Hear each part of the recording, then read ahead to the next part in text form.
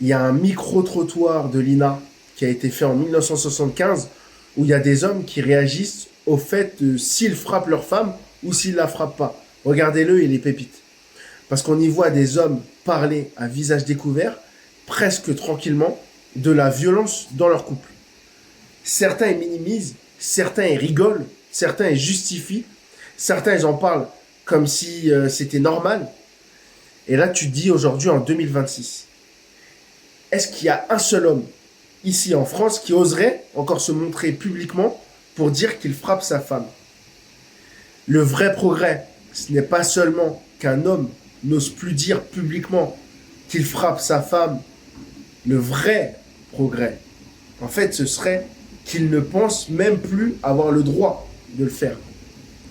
Parce que qu'ils aient appris ça dès l'enfance, que tout ce qui est amour, c'est pas du contrôle, et que la jalousie, c'est pas une preuve d'amour, et que la violence, c'est pas et c'est jamais une réponse.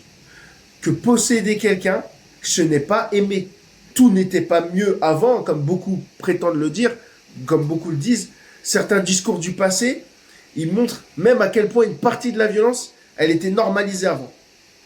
Mais il ne faut pas confondre changement de façade et transformation profonde.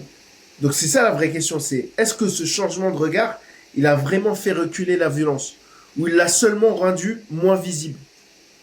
Parce qu'il faut être honnête, si les mentalités elles ont changé, la violence elle n'a pas disparu.